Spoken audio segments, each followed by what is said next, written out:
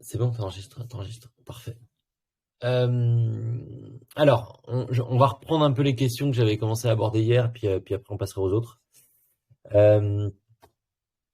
Donc la question, alors j'ai pas les noms des gens qui ont posé des questions, par contre, hein, elles sont listées, mais on n'a pas fait de colonne avec les gens qui les avaient postées, donc bon voilà. Est-il possible de savoir un peu la stratégie pour le déroulement des rounds? Il reste un peu plus d'un mois et demi et on ne sait pas trop ce qui se passe.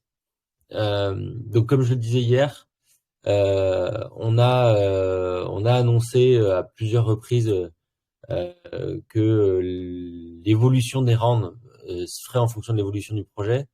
Aujourd'hui, on est dans une phase, comme vous le savez tous, un peu délicate sur le marché des cryptos. J'ai vu d'ailleurs passer hier pourquoi pas repousser à l'année prochaine. Alors là-dessus, je vais répondre catégoriquement, on le fera pas. C'est-à-dire qu'on on ira, en tout cas, on clôturera la ICO au 31/12. Parce que, comme on l'a déjà expliqué, que Claude l'avait déjà aussi abordé dans d'autres AME, on a une clôture fiscale qui est au 31/12 et donc on se doit de nous clôturer à ce moment-là. Donc ça changera pas. Par contre, en revanche, sur la question des rounds et du nombre de rounds, là, c'est ouvert. C'est-à-dire, on n'a pas encore pris de décision. En revanche, on se pose la question. On se pose la question parce qu'effectivement le temps passe et qu'on est déjà presque mi-novembre et que théoriquement il nous restera encore 3 rounds à faire. Et donc c'est un peu short. Si les rounds filaient en 24 heures, la question se poserait pas, mais en l'occurrence c'est pas le cas. Donc voilà, et ça c'est clairement compte tenu du contexte actuel. On va prendre la décision, elle sera prise je pense dans les jours qui viennent. Semaine, mais en tout cas, il est clair que qu'on on va se positionner là-dessus. Mais c'est difficile en fait même de se dire on prendra la décision dans quelques jours ou quelques semaines. L'idée c'est évidemment de la prendre le plus rapidement possible, mais en fait elle est liée. On aimerait faire le dernier round, que ça soit le troisième round, le quatrième, le cinquième, parce qu'encore une fois vous l'avez compris, on ne sait pas comment on va recomposer les rounds, mais on aimerait faire ce dernier round via un launchpad. Donc aujourd'hui on est fortement en contact avec des launchpads et comme je le disais moi sur la l'AME de la semaine dernière, la recomposition des rounds va dépendre de quel launchpad on va pouvoir intégrer, quand et avec quel montant de tokens qui pourront être distribués. Et à partir de là, on pourra recomposer les rounds. Sans cette réponse, il est difficile de repenser la tokenomics pour que tout soit cohérent. Voilà. Donc, étape 1, trouver le launchpad, lequel, quand, combien, et en fonction, on fera la redistribution des rounds. Je rebondis sur un message de Crucio là qui vient de me poser à l'instant où tu dis pourquoi pas clôturer le round 2 à une date précise et lancer le round 3 en mettant des NFT pour les premiers investisseurs ainsi de suite jusqu'au round 5, ça crée de l'engouement. Why not? C'est pas faux. Après, pour ce qui est de donner des NFT, on avait imaginé au départ de ne le faire que sur les 2 premiers rounds. Voilà. Ouais, je suis pas sûr parce que l'idée du troisième round, ça serait de mettre le min buy à 250. Hein, c'est pareil, on a vu vos commentaires comme quoi 500 en l'état aujourd'hui, ça peut être trop élevé pour certains investisseurs, ce qui s'entend. Déjà, ce qu'il faut savoir, c'est que dans la tokenomics initiale, le deuxième round devait être en min buy de $1000 aussi. Donc, on l'a déjà baissé à 500 parce qu'on avait eu déjà ce type de retour sur le premier round. Et si sur le troisième round, on venait à baisser le min buy à 250, je sais pas, c'est une vraie réflexion, hein, si il serait entre guillemets légitime d'offrir un NFT au même titre qu'on l'a fait pour ceux qui ont fait l'effort justement d'un min buy à 1000 ou à 500. Parce on avait eu souvenez-vous au début du deuxième round, on a eu quelques commentaires en disant mais pourquoi ils ont des NFT alors que nous on a investi sur le premier, on a investi plus et ils ont eux aussi des NFT. Et en fait on va se retrouver. Alors pour le coup c'est justifié et on a expliqué, on a justifié. Mais est-ce que c'est pas encore se rouvrir la porte à des interrogations et des incompréhensions? C'est aussi ça le danger entre guillemets. Enfin voilà donc. Bon, encore une fois, on essaye de faire au mieux compte tenu de la situation, qui est pas forcément évidente à gérer. Qui s'est bien accéléré depuis 48, Ouais, c'est clair. 72 heures en plus. Donc on va prendre des décisions rapides. Encore une fois, voilà, la seule décision aujourd'hui qu'on a prise, enfin les deux, c'est de clôturer l'ICO avant le 31/12, et la deuxième, c'est de faire le dernier round sur un launchpad. Ça, c'est les deux choses dont aujourd'hui on est sûr. Donc voilà. Donc après, pour ce qui est du nombre de rounds, on n'a pas encore la réponse. Encore une fois, on espère vous l'apporter le plus rapidement possible, quoi. Mais sachez que nous, on est les premiers à vouloir apporter cette réponse. C'est vrai qu'on voit beaucoup sur Telegram. Pourquoi vous avez l'impression que certaines choses n'avancent pas et qu'il n'y a pas comme si on n'avait pas ça en tête, qu'on considérait pas ça. Sachez qu'on est les premiers à vouloir refaire cette tokenomics. On est les premiers à vouloir que l'ICO soit filé, et on essaye, pardon, justement de s'adapter au mieux au marché, à la typologie de nos investisseurs aussi, parce que ce qu'il faut bien comprendre, c'est que nos investisseurs ne sont pas forcément des investisseurs Web3, mais plutôt traditionnels. Et il y a un mix de tout ça à prendre en compte pour faire en sorte qu'on ait la meilleure réussite possible. Ouais. Et Cruchot, hein, comme tu dis, oui, le temps est compté. Mais c'est pas parce que le temps est compté qu'il faut aussi se précipiter dans les décisions, parce que si je le rappelle, il y a l'ICO d'un côté pour le financement du projet, mais il y a aussi tous les investissements, on va dire, traditionnels qui sont effectués, et notamment tout le travail qui est fait par Frédéric, Nico et Claude, hein, vraiment qui sont sur le pont pour aller chercher des investissements plus traditionnels, que ce soit chez des particuliers ou via des fonds d'investissement, voire family office. Et tout ça, de toute façon, nous permettra de sortir le projet, comme on le dit depuis le début, que l'ICO soit complètement filé. Yes. Alors ensuite, alors faut vraiment faire quelque chose pour le Discord et le serveur anglais. 20K personnes dedans, mais zéro activité, négligeable. Pourquoi négliger la partie internationale? Alors, on néglige pas la partie internationale. Ça, c'est clair que non. Et d'ailleurs, enfin, tout ce qu'on a fait depuis le début et à destination des deux communautés, à la fois la communauté française et à la fois les communautés internationales. Sur le Discord, on est d'accord avec vous et on a accéléré les choses. On a depuis quelques semaines, une semaine et demie, ouais, enfin 15 jours presque maintenant, Antoine qui nous a rejoint et qui est un social media manager et qui va gérer en fait l'ensemble des stratégies sur les différents réseaux sociaux, que ce soit Versity ou les agences de papa, et il a pour mission justement de mettre en place ce Discord et de l'alimenter. Surtout d'alimenter, parce qu'en fait le Discord est créé depuis le début. C'est juste que, encore une fois, hein, c'est un énorme projet, il y a énormément de choses à faire. Il n'est pas possible de tout faire en même temps, il faut être cohérent sur les actions. Et avec l'arrivée d'Antoine, on va pouvoir accélérer justement sur ce point de Discord. Donc ça, yes. C'est le premier point. Et après, il y a l'international, donc on ne néglige pas du tout. Mais encore une fois, on répond à deux choses. Une cohérence, on attaque le marché français. On a un réseau qui est très étendu sur la France. Donc l'idée, c'est vraiment d'attaquer ce marché un peu en mode MVP, POC, pour prouver que Versity est viable tant sur le rendu que économiquement, pour après accélérer l'internationalisation. Mais il faut concentrer les efforts aujourd'hui, qu'ils soient en termes humains ou en termes financiers, et les efforts ils sont concentrés aujourd'hui sur la France pour réussir le lancement français, et après évidemment on va accélérer sur l'international, mais sans le négliger pour autant, parce qu'il y a quand même des contenus sur l'international qui sont produits. Nargis en tête, hein, qui produit beaucoup de contenus qui soit vidéo, écrit, etc., sur l'international. Et encore une fois, avec l'arrivée d'Antoine, l'animation de la communauté aussi va s'accélérer. Yes. Et puis, vous n'êtes pas sans savoir, et on l'a déjà évoqué, hein, qu'on vise aussi d'autres marchés. Une fois que la France aura été lancée et une fois que l'ensemble de la plateforme aura été produite, de partir sur d'autres pays comme, je vais en citer 3, la Suisse, la Belgique, l'Espagne, parce que pour nous, c'est des marchés qui sont accessibles, disons, et donc là, on est sur cette roadmap là. Le Luxembourg, il n'est pas dans les premiers pays qui seront attaqués, Mais par contre, Alors, évidemment, il est sur la liste au même titre en fait, que tous les pays. ouais, enfin, en fait, le Benelux, en gros, fait partie de la roadmap, donc le Luxembourg aussi, mais c'est vrai que ce sera dans un second temps, enfin troisième temps même d'ailleurs. Alors, est-ce que je reviens sur la notion des NFT parce que bah il y avait l'histoire des codes INSEE, NFT, Ah oui, il faut revenir code dessus, je postal. pense. Moi, on aura l'ensemble des Bah questions-réponses du coup sur vas-y, le je te laisse y aller. Merci. Je t'en prie. Oui, alors, désolé, en effet, il y a eu, en fait, par facilité de discours, pour que ça soit compréhensible pour tout le monde, c'est vrai qu'on a, on a beaucoup trop parlé de codes postaux. Mais depuis le début, le projet Versity, on s'assoit sur des codes INSEE.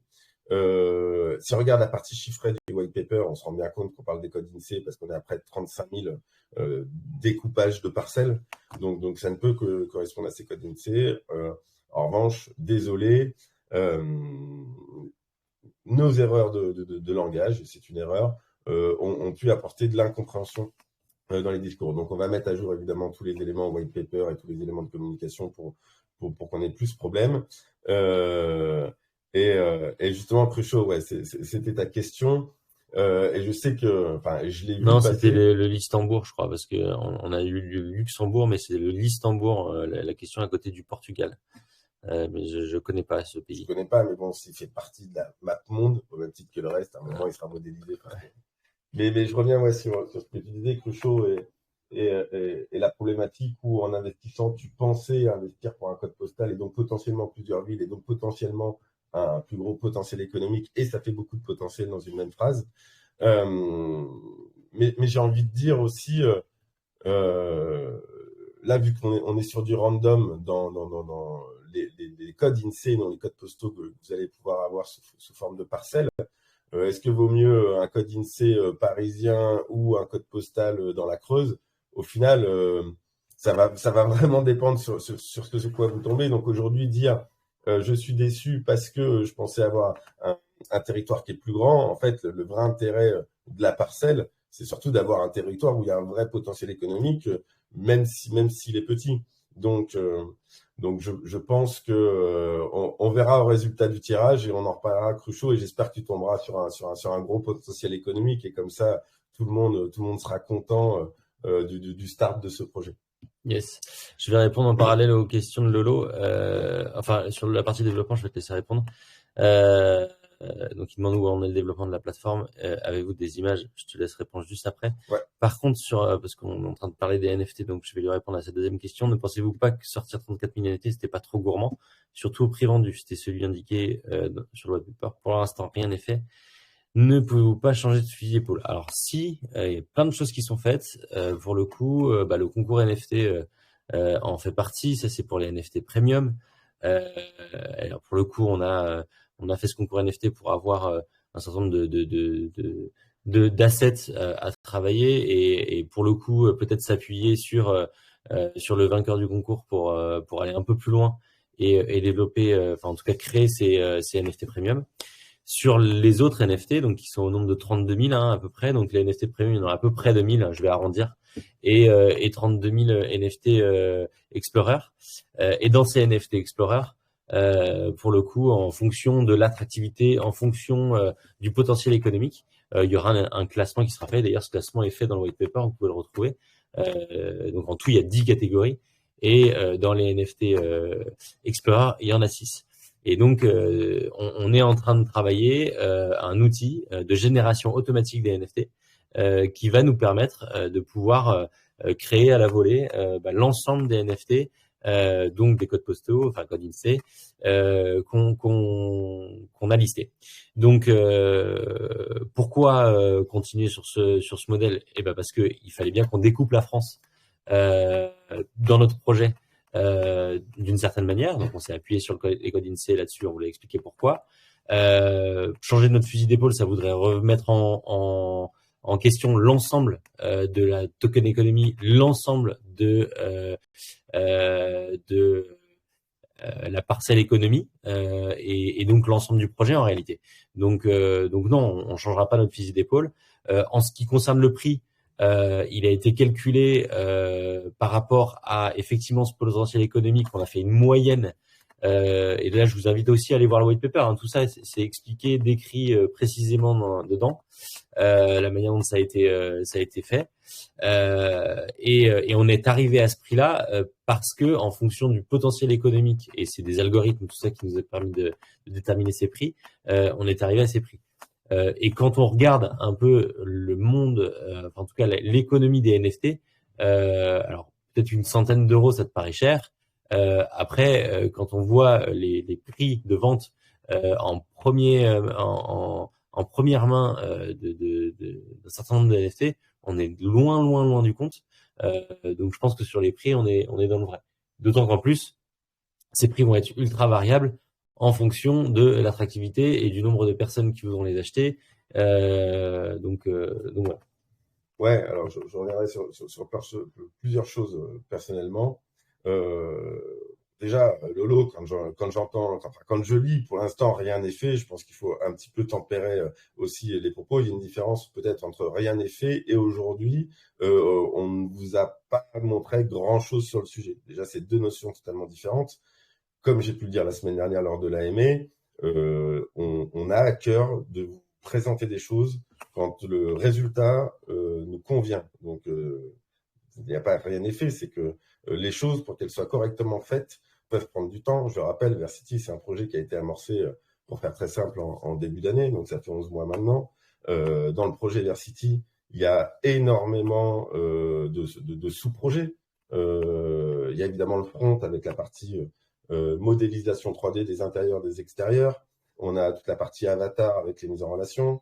On a un back-office qui doit fortement tenir la route et surtout en termes d'UX pour qu'on n'ait pas de point de friction et que monsieur, madame, tout le monde puisse l'utiliser, notamment sur le dépôt de l'annonce. On a une plateforme de pub à mettre en place. On a une plateforme de mine de NFT. On a un listing de site à faire, etc., etc. Et vous imaginez bien que, sauf à avoir une énorme armée derrière, ces sujets prennent du temps. Et en plus, on est sur un projet à long, voire très long terme. Et on a vraiment la volonté de sortir les choses correctement dès le départ pour pas faire fausse route, justement. Donc, rien n'est fait au niveau des NFT, non, parce que déjà, ça part de la réflexion, justement, comment on va les subdiviser pour que ça soit cohérent, quel va être, justement, comment on va fixer un prix. Donc, comme l'a expliqué Alexandre, on est passé par des professionnels de la tokenomie pour ça et pour que ça soit cohérent. On a lancé le concours de NFT, on a le générateur. Le générateur lui-même est prêt et fonctionne parce qu'encore une fois, oui, 34 000 NFT, c'est colossal. Donc, si on devait payer un artiste, très simplement, imaginez un NFT d'un artiste, déjà 150 €, ça serait pas cher. Donc, multiplié par 35 000 NFT, ça serait un énorme investissement pour le projet et un investissement qui serait bien plus cohérent à d'autres égards.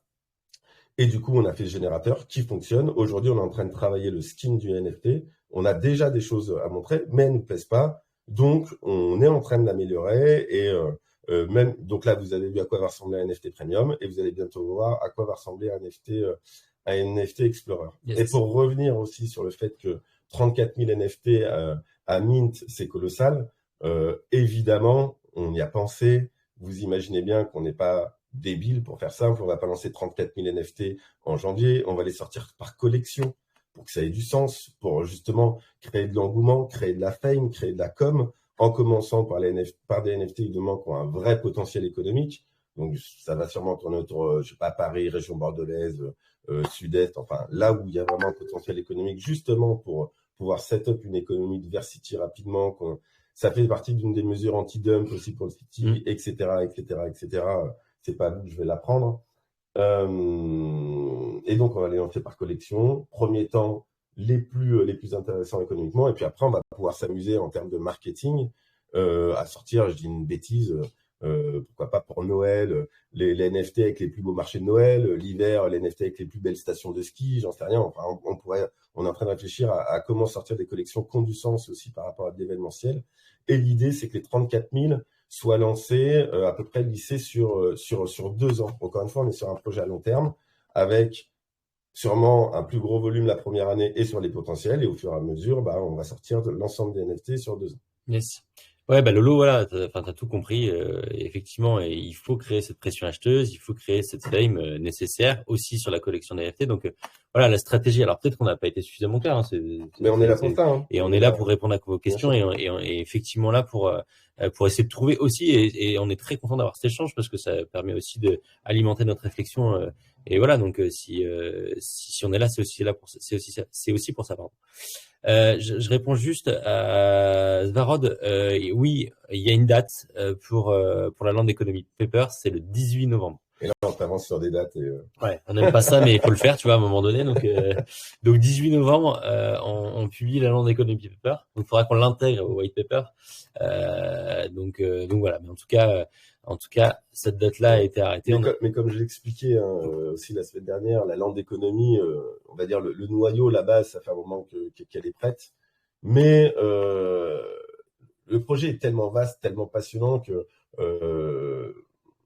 on trouve des idées au fur et à mesure et qui vont dans le sens du projet. On a rajouté, et puis au fur et à mesure aussi des idées de partenaires qui peuvent se greffer. Donc on a rajouté des dispositifs qui vont dans le sens du projet, qui vont dans le sens aussi de votre investissement. Et au-delà de l'économie à laquelle on avait pensé à la base, on a commencé à rajouter du visit to earn. Et du visit to earn, on se dit, ah mais il va falloir qu'on ait un maximum d'assets pour pouvoir justement modéliser vite. Lançant un scan to earn, ok, ça faut le modéliser aussi. Et puis du scan to earn, on fait lançons un build to earn pour la communauté. Et tout ça, en fait, on vient agrémenter au fur et à mesure cette land d'économie, ce qui fait que ça recule un peu la date, mais encore une fois, dans l'intérêt global du projet, parce qu'on estime que tout ça va être positif pour ce dernier. Et c'est pour ça que des choses reculent un peu dans le temps, mais encore une fois, pas par volonté, mais parce qu'on estime que pour le projet, ça ne peut être que bénéfique. Voilà, tout simplement. Ok, alors ensuite, je sais pas s'il y avait d'autres questions en parallèle, là j'ai pas tout regardé. Tu check? Ouais, bien sûr. Je sais que l'état actuel du projet est compliqué d'avoir des partenaires, mais je voulais savoir justement s'il y avait des partenariats signés avec des professionnels de l'immobilier, comme des architectes, notaires, agences immo, agences publicitaires, magasins d'ameublement. Alors, ouais, comme je l'ai dit hier, on a été donc cette semaine sur le salon Rent. On a reçu un super accueil, mais vraiment, on était hyper surpris même de recevoir cet accueil. Faut savoir que les agences de papa, il y a encore un an, quand on est allé sur le salon Rent, on n'était pas forcément les bienvenus. Et là, on arrive avec un projet comme celui de Versity et on a changé du tout au tout en termes d'accueil. Et j'en veux pour preuve le fondateur d'un réseau d'agences qui s'appelle l'Adresse. Je ne sais pas si vous connaissez. Qui en voyant les papas a voulu faire un selfie avec eux et le poster sur ses propres réseaux en mettant en avant Versity. Voilà, donc même des gros réseaux comme celui-là. Hein, donc l'adresse c'est quand même 350 agences en France hein, qui ont pignon sur rue. Et donc c'est un gros réseau d'agences. Donc voilà, ça a été un témoignage qui nous a fait un peu halluciner. Et même dans les couloirs du salon, moi je suivais Nico et Fred avec Matt et ils se faisaient alpaguer quasiment tous les 10 mètres. Donc c'était assez impressionnant et super motivant pour nous aussi. Et l'autre chose qui nous a absolument bluffé, c'est qu'il y avait une conférence et le titre était Le métaverse est-il l'avenir de l'immobilier? On a été à cette conférence en tant que simple auditeur et on a été cité sur l'écran. Le projet Versity a été mis en avant comme étant un des projets les plus prometteurs pour l'immobilier. Et ça, vous pouvez voir, pour ceux qui nous suivent sur les réseaux, hein, vous avez les photos de ce que vient d'évoquer Alexandre. Donc c'est vrai que c'était assez hallucinant. Et après, pour rebondir sur ce que disait Alex, évidemment, on a déjà des partenaires. Évidemment, on a des gens qui sont très très chauds. Mais à partir du moment où on travaille justement avec des gros noms, des gros groupes, etc., et que tout le monde est sous NDA, vous imaginez bien qu'on ne peut pas communiquer des noms. Donc, ils seront communiqués en temps voulu. Mais aujourd'hui, c'est assez compliqué de communiquer sur des noms alors qu'on est tenu au secret. Au même titre que j'avais vu, je ne sais plus quand, un commentaire passer sur doit bien y avoir un business plan, il n'y a pas de BP, comment ça se fait qu'on voit pas de BP, etc. Au même titre, aujourd'hui, on va pas dévoiler un BP avec toute la parce que c'est quelqu'un qui sait lire un BP, il y a toute la strate dedans. Donc vous imaginez qu'il y a bien aussi des concurrents qui nous regardent d'un coin de l'œil, donc on va pas dévoiler non plus tout ce qu'on a sous le capot. Et même ce BP, quand on travaille avec des fonds d'investissement ou des family office, ils sont tenus eux aussi sous NDA pour pas pouvoir le dévoiler. Donc on va pas poster un business plan sur les réseaux et montrer à nos gentils concurrents quelle est la strate financière derrière Versity. Donc vous inquiétez pas, au fur et à mesure, tout sera communiqué. Mais encore une fois, dans le cadre d'un projet qui est monté par une entreprise qui a pignon sur rue, qui deal avec d'autres entreprises qui ont pignon sur rue, bah forcément, on peut pas tout dévoiler et faire des effets d'annonce. Et c'est pas péjoratif ce que je vais dire. Et même, enfin, moi, je trouve ça vachement bien, mais on n'est pas tout seul dans un garage ou dans une chambre. Ah si, merde, c'est le cas. En train de monter un projet Web3 et faire des effets d'annonce. C'est pas du tout le but de Versity. Versity, encore une fois, c'est pas un projet Web3 à proprement parler comme on a dit de voir. C'est un projet qui s'appuie sur le Web3 au service d'un business. Donc évidemment, on utilise des codes Web3, mais aussi on reste dans une structure, dans une communication et dans des obligations d'une entreprise. Yes. Chris, je vois que tu es arrivé, donc ravi que tu sois là. Je vais répondre à ta question et du coup, ça va répondre à toutes les questions que tu as posées sur le marketing ces derniers temps. Alors, crois-moi, on fait beaucoup de choses sur le marketing. Je pense que le fil d'actualité de Telegram, de Twitter le prouve et aussi nos autres réseaux sociaux. On a ouvert TikTok, Instagram. Là, on va alimenter le Discord. Donc, on fait beaucoup de choses d'un point de vue marketing pour la communauté Web3 aussi. Sauf qu'il y a une chose qui est évidente, en tout cas dans notre projet, celui qui nous concerne, c'est que dans le premier round, on a fait un très lourd investissement sur du marketing Web3 justement. Et quand je te dis un très lourd investissement, c'est je vais pas donner les montants parce que j'ai pas à le faire, mais par contre, ça a été pour nous un gros test. On a pris le risque de le faire sur les fonds propres de la société. Et puis il s'est avéré qu'en fait, 90% des investisseurs du round 1 n'étaient pas des investisseurs Web3. Donc du coup, il est vrai que on a revu un peu notre stratégie en se disant où est-ce que sont nos investisseurs? Nos investisseurs sont des investisseurs traditionnels, du monde traditionnel, et des investisseurs immobiliers, parce que notre projet est un projet immobilier. En revanche, la fame qu'on on a essayé de faire sur le Web3 n'a pas prise. Elle n'a pas prise pour tout un tas de raisons. Je pense parce qu'on était dans du bear market, aussi parce que le projet est peut-être un poil ambitieux pour la communauté Web3 qui est plus habituée à avoir des choses qui sont comment dirais-je, plus one shot aussi. Ouais, plus one shot. Et donc de ce fait-là, c'est vrai que nous on a réorienté notre stratégie. Après, je t'invite quand même à aller consulter et voir l'ensemble de nos fils d'actualité. Je ne crois pas qu'on ne fasse pas de marketing. Au contraire, dès qu'on a des nouveaux assets, on les publie. Dès que on a quelque chose de concret à diffuser à la communauté, on le fait. Par contre, on le fait de manière réfléchie. C'est-à-dire qu'on va pas publier pour publier, on va pas faire du marketing pour du marketing. Ce qu'on fait, on le fait quand on est sûr, on le fait quand on est satisfait de ce qu'on a produit. Comme le disait Mathieu tout à l'heure, vous mettre sur les réseaux des débuts de travail de NFT, pour nous, ça n'a pas de sens. On préfère aller au bout du travail, vous délivrer quelque chose qui nous satisfait et qui est potentiellement satisfaisant pour vous. Donc voilà.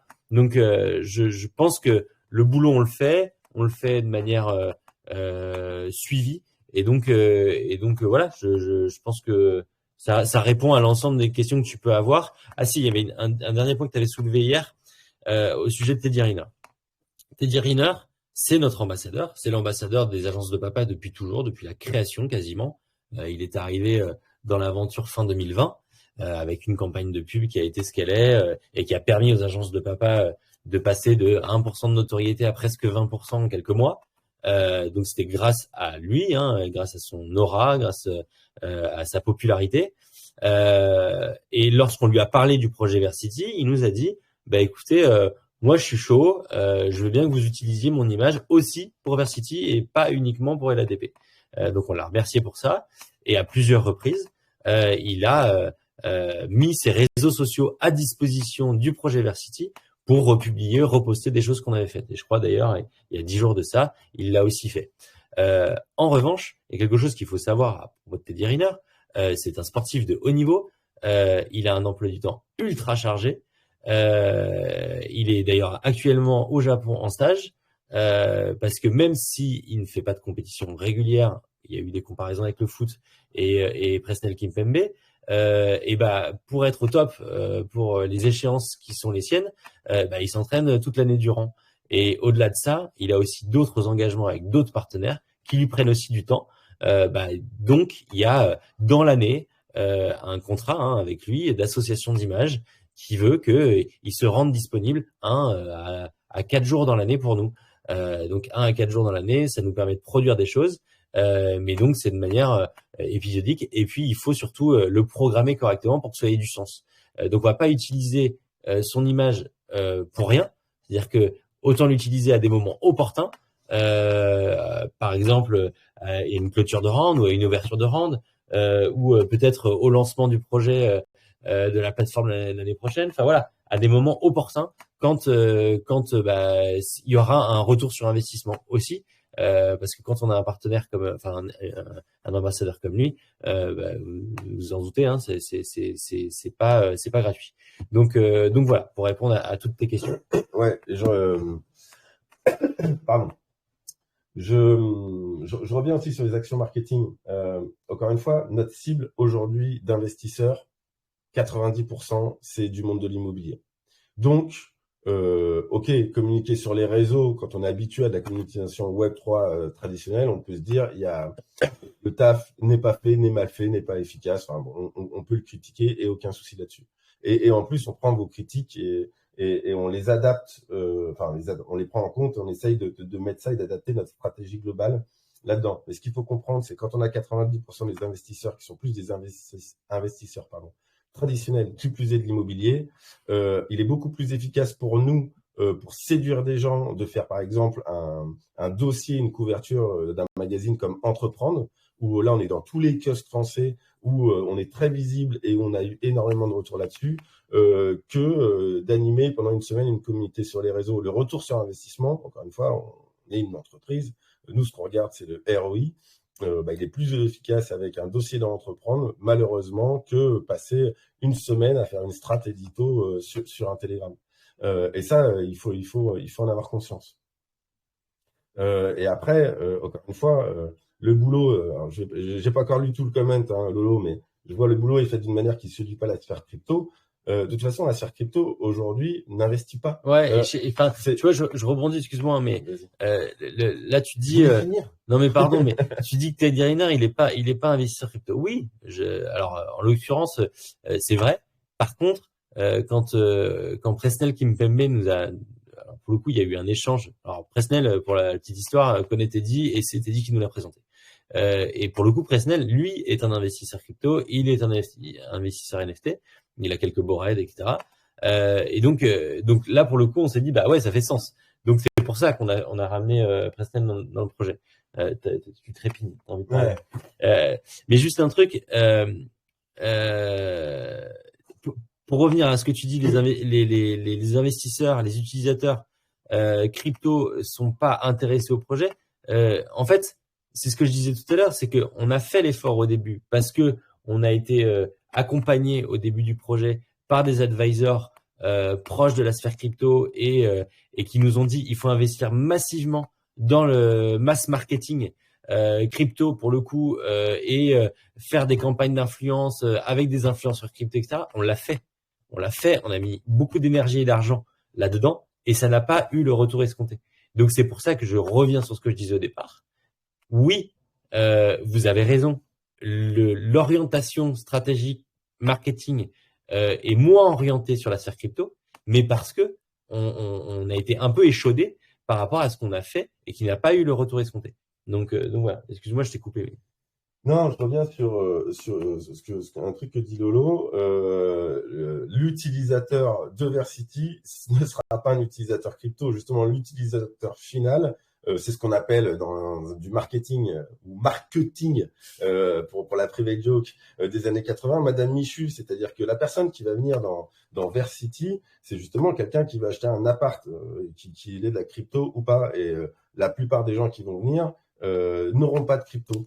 Et justement, on doit adapter les canaux de communication par rapport à ça, et tout le développement du projet est pensé par rapport à ça. Encore une fois, l'accessibilité, faire en sorte qu'on puisse y accéder facilement depuis un desk ou un téléphone, ça c'est la première chose. Et quand tu parles va dire à Simone justement de créer un MetaMask pour acheter du City, etc., cet utilisateur pourra passer par du fiat pour déposer son annonce. Par contre, toute l'économie derrière sera régie avec le City, mais plus sur du B2B. Quand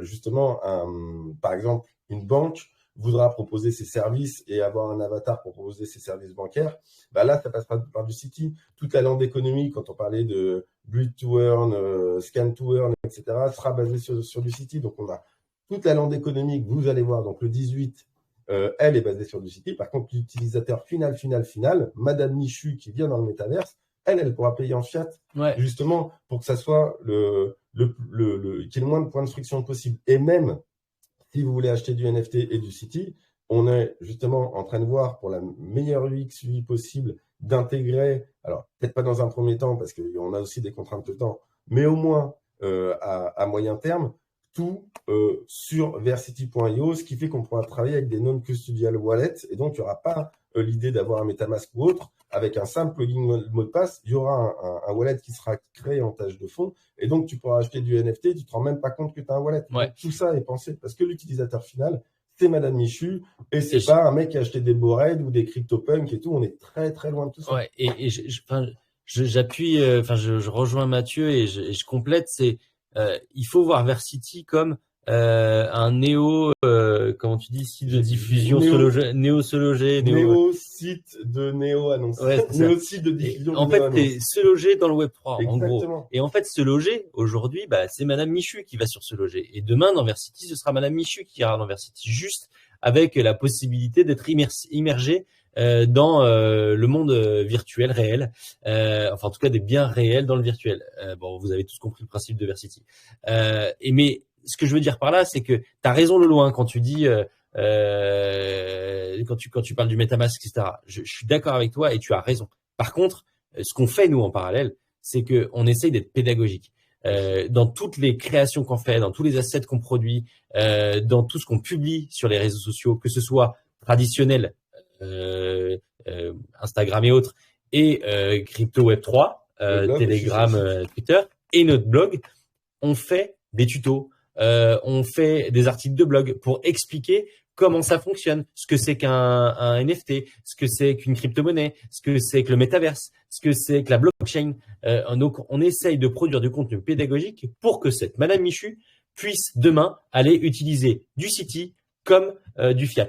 Et de faire fonctionner l'économie de Versity et toute la langue d'économie et la token économie qui s'y rattache. Donc voilà, notre stratégie est basée sur les résultats du premier round. On a fait un premier round qui était orienté Web3. Ça n'a pas fonctionné. Le round a été fil très vite, mais par des investisseurs privés hors communauté Web3. Donc, on a revu notre stratégie et on s'est dit, OK, notre cible, c'est pas forcément la cible Web3, c'est une cible beaucoup plus large, beaucoup plus grand public et il faut s'adapter à cette cible. Donc, voilà, je pense que ça répond un peu à toutes vos questions. Ouais, et pire que ça, sur le Web3, il y a deux choses. La première, c'est que on a cherché aussi, évidemment, à faire du trade ou de l'AME avec des gros noms de la crypto. Et eux, les premiers, ont dit non. Enfin, je l'expliquais il y a une semaine. Non, on fera pas de choses ensemble. Non pas qu'on ne croit pas au projet, mais en fait, j'ai tellement de personnes de ma communauté qui ont investi parce que j'ai parlé de projet et derrière, ils sont pris des kicks avec le bear market et moi, ça me revient comme un boomerang dessus qu'aujourd'hui, je veux plus communiquer sur des projets parce que du coup, sinon, je me fais défoncer par ma commune. Donc, en gros, on a eu du mal à atteindre des grands noms de la crypto pour réussir à communiquer. Ça, c'est la première chose. Et il y a Cruchot qui dit qu'il connaît rien en crypto et qu'il investit. Moi non plus, j'y connais rien en crypto. Et pourtant, c'est quoi la crypto? Et la deuxième chose, quand on a attaqué le round 2, on s'est quand même dit, bon, bah, on va essayer de refaire un peu de market d'influence Web3, pour utiliser des méchants termes.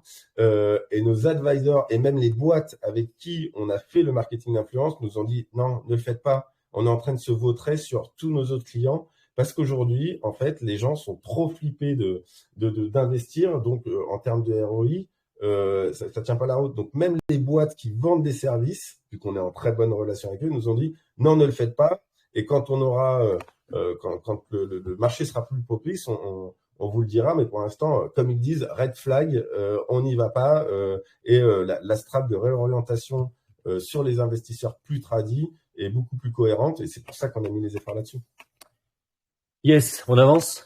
Après, il doit tout de même y avoir un business plan. Bah oui, on a déjà répondu à cette question. Donc, passons à la suivante.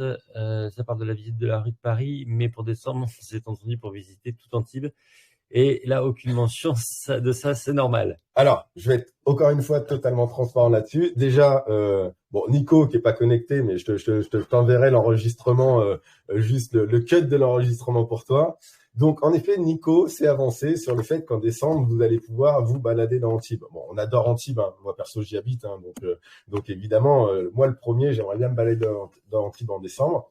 Donc, merci Nico, parce que moi je suis à bloc sur le projet pour faire en sorte qu'en décembre vous ayez quelque chose sur Antibes. Donc c'est en cours. Je vais pas vous le promettre parce que j'aime pas faire des fausses promesses et je préfère que vous m'insultiez. Allez-y sur Telegram parce qu'on n'aura peut-être pas Antibes en décembre, mais au pire on l'aura en janvier peut-être. Mais en tout cas on est à fond dessus. L'idée encore une fois c'est qu'on pourrait vous sortir une visite d'Antibes. Mais moi je mets beaucoup de veto en fait sur la sortie des assets. Donc beaucoup de choses viennent de mon fait. Donc si vous avez quelqu'un insulté parce que vous voyez pas d'assets, c'est moi. N'hésitez pas. Je vous donnerai pas mon numéro. Mais en tout cas, du coup, Nico s'est avancé. Et par contre, à l'inverse, parce que évidemment, on a fait des tests, on a des trucs très révélateurs et on a fait des tests sur Antibes et on sait que ça sent bon. Il s'est un peu avancé, mais moi, vu que j'aime bien aussi un peu les défis, je me suis dit maintenant qu'il s'est avancé, on va essayer de sortir. Donc, on est à bloc dessus.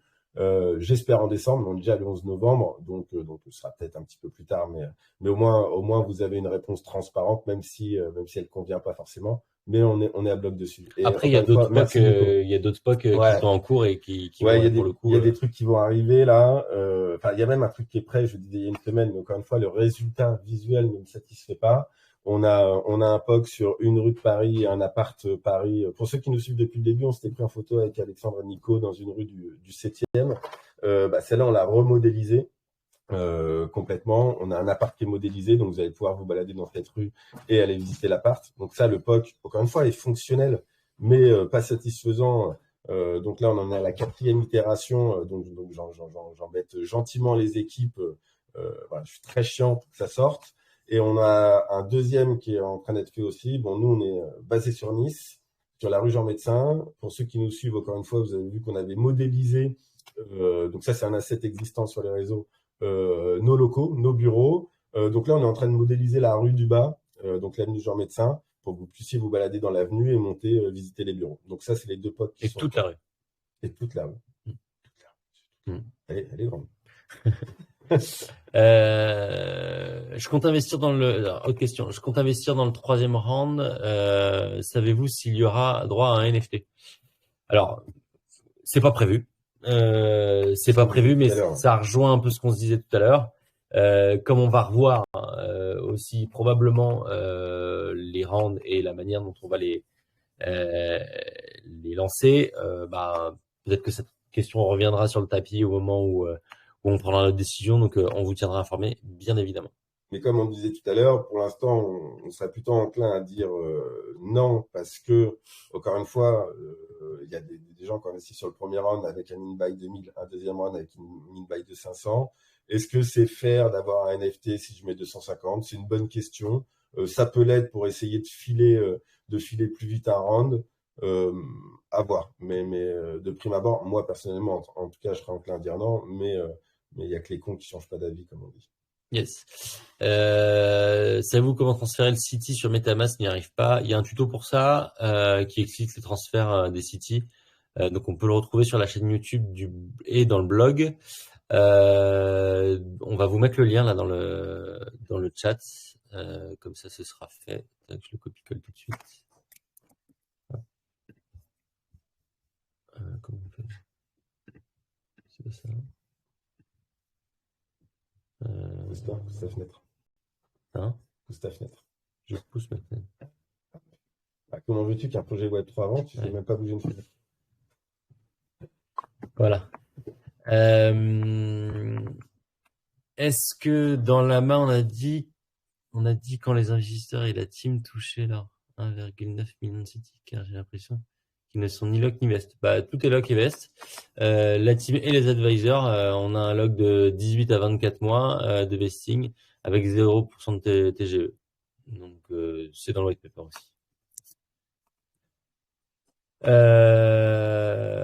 Par contre, aucun intérêt de faire un prochain AMA s'ils ne savent pas répondre aux questions du dernier AMA. Je crois que c'est toi, Chris, qui avait posé cette question. C'est pas une question, c'est une affirmation. Voilà, donc je pense qu'on a su te répondre. On fait chier un 11 novembre alors ouais. qu'on n'apporte pas plus de questions. Ouais. Les cons, qu'est-ce qu'on fait là? Petite question pour le prochain AMA. Comment est défini le vesting?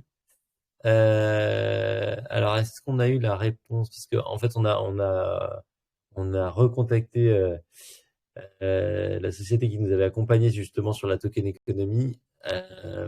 Donc la question, c'est comprendre les acquéreurs pré-16 qui sont non lock pourront dump combien de jetons au listing. Donc la réponse. Donc comment est défini le vesting? La libération des tokens. Donc le TGE. Donc pour ceux qui savent pas ce que c'est qu'un TGE, Token Generation Events. Donc à ce stade, on fixe un pourcentage de tokens à libérer aux acquéreurs à l'issue de l'ICO. Les acquéreurs ne perçoivent pas la totalité de leurs jetons à l'issue de l'ICO. Cliff Lock, à ce stade, on détermine la période durant laquelle les acquéreurs ne percevront pas de City. Et enfin, le vesting, à ce stade, on détermine le pourcentage de City à libérer progressivement par les acquéreurs qui ne perçoivent pas la totalité de leur City à l'issue de l'ICO pour des raisons évidentes de contrôle et de la supply. Donc concrètement, si on prend un exemple d'un investisseur en pre-sales, TGE 0%, il n'y a pas de cliff, et le vesting, libération des tokens durant 18 mois. Libération immédiate uniquement en cas d'achat de NFT pour la totalité des City acquis. Ça, c'est inscrit dans le contrat de pre-sales. En conclusion, les investisseurs ne pourront jamais pump ou dump car la libération intégrale de leur City est conditionnée à l'achat des NFT parcelles. S'ils ne souhaitent pas acheter des NFT, alors ils sont soumis à une libération mensuelle pendant 18 mois. Ces conditions sont intégrées dans les smart contracts. Voilà, je vous ai lu la réponse parce que je ne suis pas un spécialiste du sujet, mais je pense que à la limite on vous remettra ça dans le channel pour que vous l'ayez à portée de Dieu. Non, mais au-delà de ne pas être spécialiste sur le sujet, c'est aussi qu'on n'a pas bossé sur tous les sujets et heureusement pour la réussite du projet, justement, en termes de compétences, mais aussi en termes de temps. Et on s'est entouré, encore une fois, de gros advisors en tout ce qui touche à la tokenomie.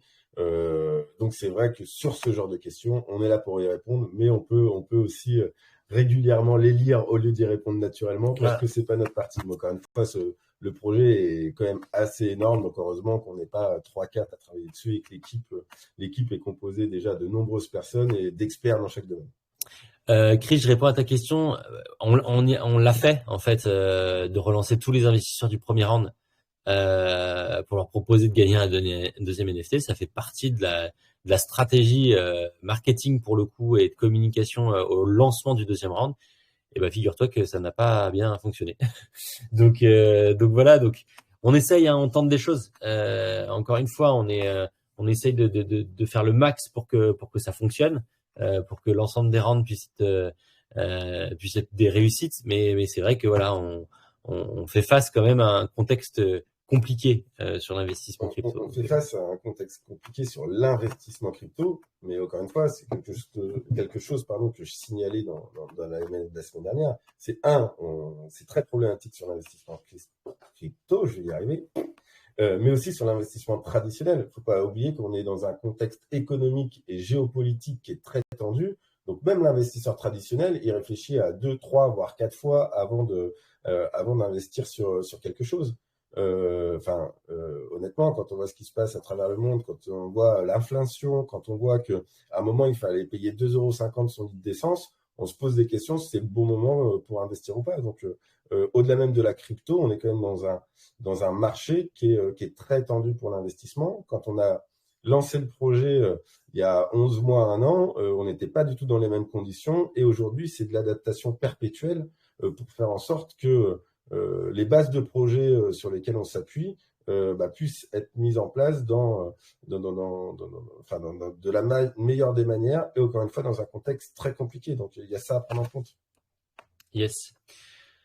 Il y a une question sur les montants reçus en crypto par rapport en 1. Est-ce qu'ils ont été convertis en stablecoin et si oui, sur quelle plateforme? Alors oui, ils ont été tous convertis en stablecoin, sauf 1%, je crois, 99% qui ont été convertis en stablecoin, mais les 1% c'était pour les frais. Les frais.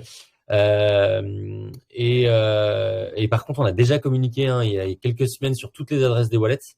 Donc, vous pouvez retrouver. Telolo qui était impatient de la réponse et qui avait lancé le sujet, et toutes les adresses. Alors, ça avait pris un peu de temps. Encore une fois, mea culpa. Ça avait pris un peu de temps, mais toutes les adresses ont été communiquées. Voilà. Quand allons-nous recevoir les airdrops et les gains des différents game contests, combien de temps après le launch? Au listing, comme on l'a déjà annoncé plusieurs fois, ce sera au listing. Tout ce qui va être de toute façon investissement, gain, etc. Comme dès que le site est listé, ça sera transféré. Ouais. Le nom Versity est-il protégé? Est-ce que je token a été créé pour éviter de se faire piquer le nom? Je comprends. Si vous alors oui, je vais répondre à la question, mais oui, le Versity est protégé. Il y a eu toute une démarche de déclaration à l'INPI qui a été faite sur l'ensemble des termes Versity, Parcel et City. Donc tous ces termes-là sont protégés. Sur l'international, il y a une démarche qui est faite également, mais c'est coûteux, donc elle prend un petit peu plus de temps. Mais en tout cas, ce sera fait. Et quand bien même c'est pas fait actuellement, c'est-à-dire c'est en cours, il y a ce qu'on appelle la rétroactivité et le faire valoir du nom sur un pays pour le faire valoir sur l'ensemble, sur l'international. Donc on pourra faire valoir ce droit-là au moment où on pourra éventuellement comment dirais-je, vouloir récupérer les utilisations qui auraient pu être faites du nom. Et je vais rajouter quelque chose aussi. Je sais pas si je suis très clair. Ouais, c'est à peu près clair. Ils nous le diront en commentaire si c'était clair ou pas. Et je vais rajouter quelque chose aussi. On a la chance d'avoir une juriste qui nous rejoint dès lundi, justement pour accélérer aussi tout ce pan.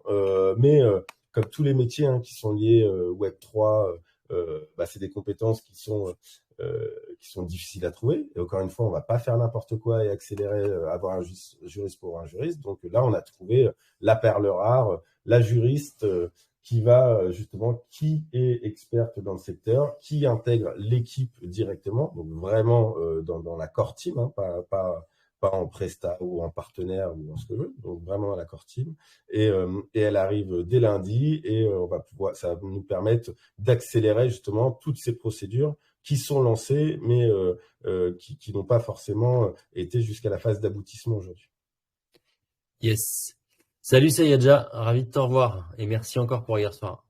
Enfin, pour hier midi. Je suis perdu. Tac. J'en étais où? Ça c'est bon.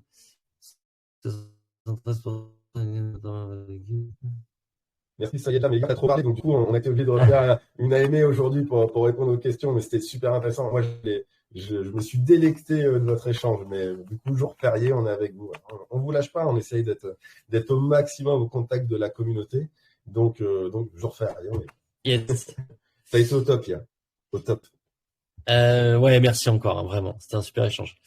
73% des tokens qui sont mis aux mains de l'équipe. Alors, on va être précis sur ce sujet. Je vous lis encore une fois parce qu'on a repris les chiffres. Donc, pour être sûr de pas dire de bêtises. Donc, on est sur 23% de la supply vendue. C'est dans la norme des projets de ce type-là. Mais sur des métaverses, il faut prévoir des tokens qui vont servir pour plus tard.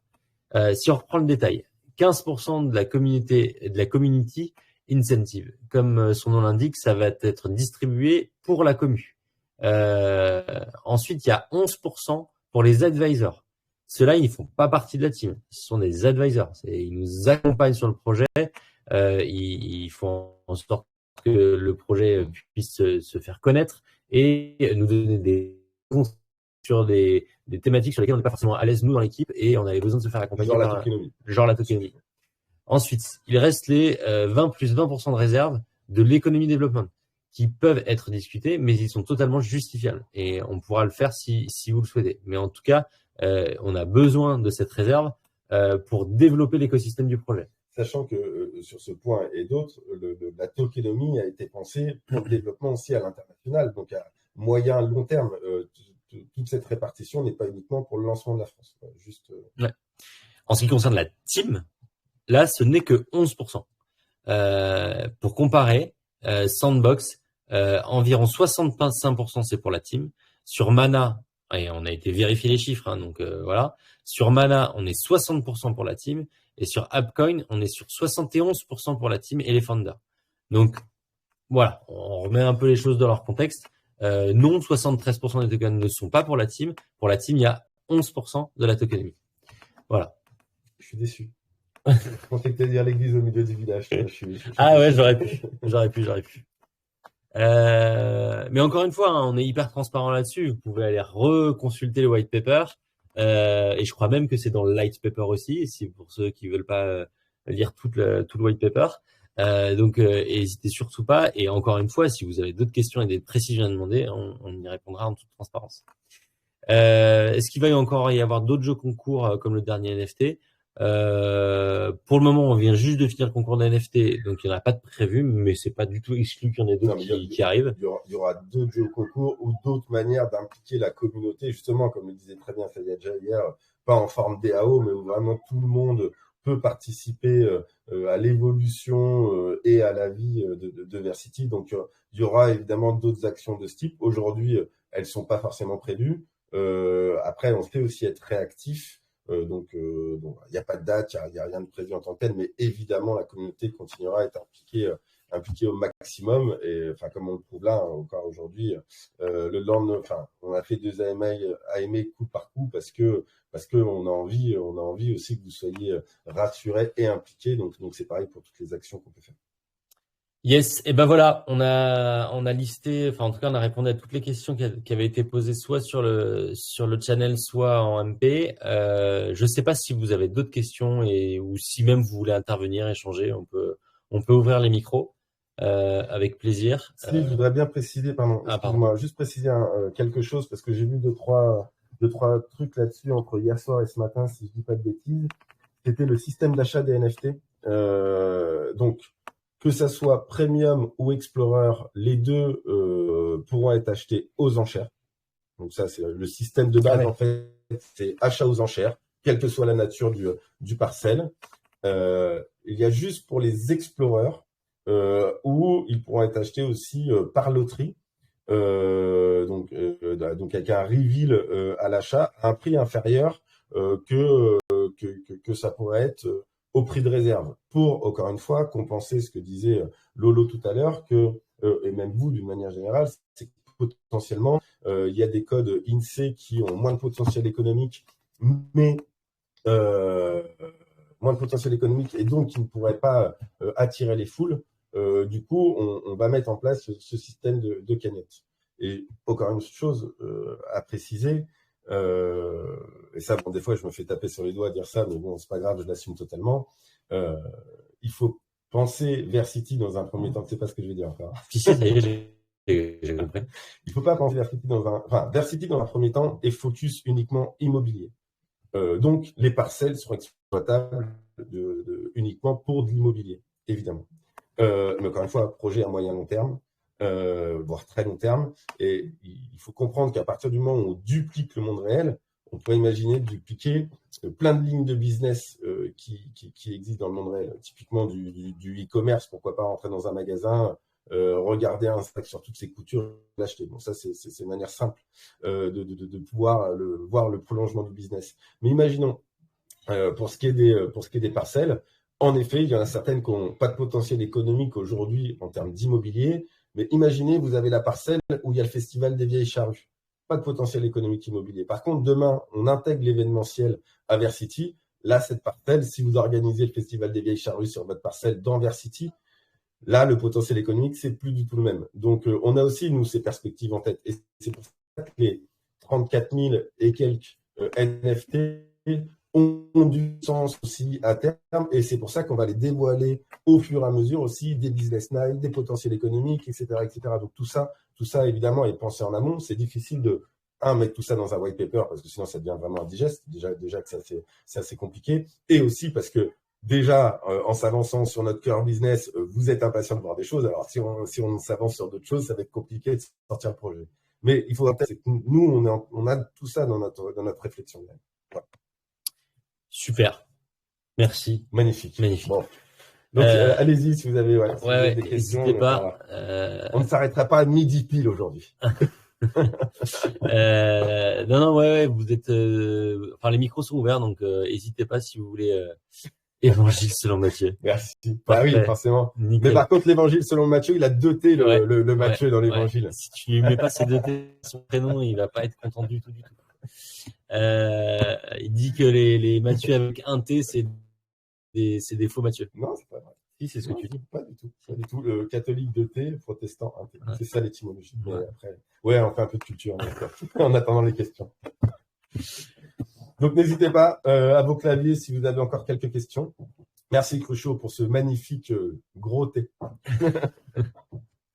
Si vous avez encore des questions, on reste un petit peu connecté. Quel sera le prix moyen d'un NFT Explorer de facteur 1 ou 1 ? Alors, tous les NFT Explorer seront au même prix de réserve, si ? Non, en fonction des paliers. Et ça, c'est dans le pardon. Oui, et le prix de réserve minimum des Explorers et minimum des Premium, tu l'as dans le white paper, si je dis pas de bêtises. Je crois de mémoire, franchement de mémoire, c'est 130 et quelques, je crois, pour l'Explorer et 800 et des brouettes pour le Premium. Ouais. De mémoire. Mais c'est. Ouais, pour dire, mais ça, on avait justement un petit indicatif mis le prix de réserve minimum pour les catégories. Ouais. Si c'est pas le cas, n'hésitez pas à nous le redire sur le Telegram.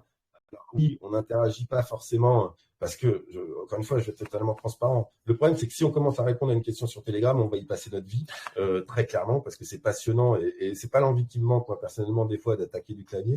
Mais ça veut dire que j'avance pas sur les autres sujets. Mais par contre, on le lit, on le suit. Donc, n'hésitez pas. Franchement, Nargis, c'est là pour ça aussi. Et les modérateurs, ils nous envoient quotidiennement les questions qui sont posées. On les lit comme on l'a fait là aujourd'hui. Et c'est dans un tableur Excel, on a toutes les questions et on apporte les éléments de réponse en face. On attend juste la aimer pour le faire. Mais en tout cas, voilà, on a pris cette méthodologie-là. Comme dit Matthieu, effectivement, on a plein d'autres choses à faire au quotidien dans nos journées. Et c'est vrai qu'on n'est pas forcément les yeux fixés sur le Telegram. Mais en tout cas, voilà, on prend en considération toutes vos questions.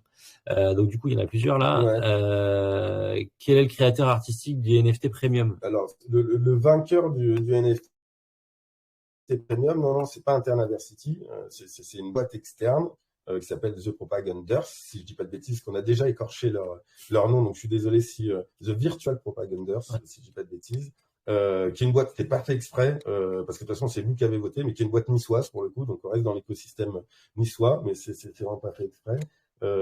Après, le créateur des NFT Premium, il est l'ensemble des NFT Premium. Il n'est pas encore défini, mais bon, nous on aime bien aussi l'avis de la communauté, donc je ne veux pas non plus laisser lancer un message qui pourrait être mal interprété, mais c'est vrai qu'on se pose la question de se dire, finalement, est-ce qu'on ne travaillerait pas avec eux pour les premiums? Mais là, c'est une réflexion qui est en cours. Le prenez pas comme argent comptant, mais on est là pour échanger. Donc je vous communique ça. Et pour aller aussi dans ce que dit Cruchot, est-ce qu'on aura un exemple de NFT de chaque catégorie comme demandé? Depuis plusieurs mois. Donc oui, évidemment. Mais comme je le disais tout à l'heure, on a aujourd'hui des épreuves de NFT qui sont faites, mais elles ne sont pas satisfaisantes. Donc on a deux catégories, les premiums, donc là, qui vont ressembler soit exactement, soit de manière très proche à ce que vous avez pu voir dans le jeu concours. Donc ça sera les NFT premium. Et après, on a toute la question. Sauf qu'elles seront contextualisées. Pardon, non, pas premium, excusez-moi. Les premières catégories des premiums, parce que ce ne sera pas toutes les NFT premium, ce sera vraiment le top du top des premiums. Donc la première ou la catégorie 1 et 2. On est en train de le définir ça actuellement, et encore une fois, je vais être transparent pour des simples raisons économiques. Encore une fois, multiplier le nombre de parcelles par un facteur entre 150 et 500 euros pour le faire par un artiste, et vous allez vite voir le tarif. Encore une fois, on ne fait pas du NFT d'art, on fait un NFT qui a une vocation économique. Ouais, mais du coup, c'était ça le sens de la question très chaud. Je veux pas un visuel de NFT, juste un code INSEE de chaque catégorie. Ah, pardon. Alors, oui. Autant pour moi. Alors, pour le coup, je pense qu'on n'avait tous pas compris ta question.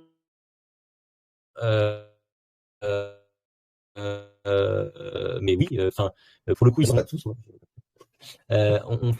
listing des codes postaux / INSEE sera publié. Alors après, quoi? Non, c'est quelque chose, je suis bien compris.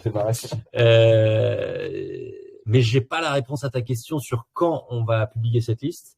Faut qu'on le fasse. Ouais. Non, on se note fortement. C'est vrai que c'est demandé depuis un moment, et en plus, ça pour le coup, c'est fixé depuis un moment, donc on pourrait donner un exemple. Mais en fait, on l'a la liste, donc en vrai, on peut la publier. Non, donc n'hésite pas à nous spammer de ce message jusqu'à temps qu'on le fasse, parce que ça, c'est quelque chose qu'on peut faire. Enfin, tu me dis juste un exemple, mais à la limite, si on publie la liste complète. Pourquoi? Ouais, 34 000, c'est huge, mais en même temps, déjà un exemple de chaque, si on peut le faire, sans problème. Ok, on se le note, Cruchot. Ça y est déjà, ouais. Je le disais tout à l'heure, pour les non aguerris, alors peut-être pas dès la sortie de la bêta, parce que encore une fois, donc est-ce qu'il y aura des wallets entre guillemets que Versity pourra gérer pour les non aguerris? Donc je le disais tout à l'heure, quand on va vraiment sortir la bêta, donc c'est-à-dire donc début d'année prochaine. À différencier d'époque, POC c'est d'ici de la fin d'année, bêta début d'année prochaine. Évidemment, pour aller vite, on prend des briques, évidemment des briques de genre experts experts du Web3. Typiquement, pour justement le mine des NFT, on travaille avec Smart Chain, qui est quand même un acteur reconnu dans le Web3. Donc on va utiliser ces briques pour déployer rapidement, et justement pour éviter, ça fait partie d'une des mesures anti-dump du City à son listing. Mais le but final est vraiment d'intégrer tous les éléments sur Versity, ce qui nous permettra de travailler avec des non-custodial wallets, et donc en effet que ce soit $1 pour monsieur et madame tout le monde. Voilà pour répondre à la question. Et y a-t-il d'autres questions? Cruchot, ça y est déjà. Cruchot est en train d'écrire, ça y est déjà aussi. Merci pour la réponse, de rien. Vous avez été formidables. Incroyable de rougi. Bon, c'est cool. En tout cas, on est content si on a répondu à toutes vos questions. On est ravis. On essaiera autant que faire se peut de refaire ce genre d'exercice régulièrement. Alors que vous avez bien compris, les AMA, pardon, on essaie de les thématiser maintenant. Voilà, faire des AMA avec des guests, comme on l'a fait avec Sayadja hier, éventuellement inviter aussi d'autres personnes, mais qui sont plus liées au monde de l'immobilier, parce que c'est aussi important d'avoir leur avis sur le projet. Et bon, on l'a évoqué tout à l'heure, mais visiblement on a quand même un bel accueil. Et puis ensuite, voilà, on se refera ces AMA plus questions-réponses, et on vous publiera voilà la thématique de l'AMA dès qu'on aura fixé les dates. Mais en tout cas, on va rester sur ce rythme d'un AMA par semaine, de toute façon. Donc, Et il y a pas mal d'AMA externes aussi, pour le coup. Il y en a 2 ou 3, là, je crois, sur le feu. Ouais. Où Nico ou Claude ou les deux sont invités. Donc voilà. Et puis on essaiera de vous présenter quand même bientôt. J'ai envie de le faire, Fred, qui est l'un des 2 fondateurs de LADP, donc les agences de papa. Même, ça pourrait être cool au fur et à mesure, la team, de se faire, tu vois. Carrément. Bon, Nargis, vous l'avez déjà vu, mais l'appliquer un peu plus si elle en a envie, hein. Encore une fois, on n'impose rien à personne, mais au vu de l'ensemble du travail qu'elle fait. Bah, elle est pas là un jour férié, donc franchement. Ouais, c'est vrai. Antoine, on comptait pas sur lui un jour férié de toute façon. Il est là. Ah merde. Ouais, mais il s'est réveillé, il vient de se réveiller. Non, il est là depuis un moment. Salut Antoine, j'avais pas vu. Antoine aussi, Anaïs qui est la content manager, on a Karine qui travaille sur l'UX, on a Morgane, Corentin, Christophe, Mélodie, Patrick et consorts. Je peux pas citer tout le monde, on dirait une remise des prix. Non, mais en vrai, la team commence à gonfler fortement depuis quelques semaines maintenant. Voilà, et c'est vrai que on est super bien entouré, et donc voilà. Donc maintenant, apéro résultat du baby-foot, bah ouais, on est parti. Ouais, c'est à peu près l'heure là, on est pas mal. Il faut aller demander aux gosses où ils en sont du baby-foot. Si vous voulez le résultat, on va leur demander. Bon, en tout cas, merci à tous. Ravi encore une fois. Et 12h13, je pense que vous avez tous faim, nous aussi. On conclut là-dessus? Yes, carrément. Un amas en visu avec Teddy. Toi, tu tiens, Teddy, hein. Faire un geste commercial et le faire gratuit, à moins qu'il préfère être l'avatar principal de Versity. Il est en train d'utiliser Chris. Tu crois pas si bien dire. Allez, les gars. On vous souhaite un bon jour férié et un bon week-end. Bye bye. Ciao. Merci. Ciao.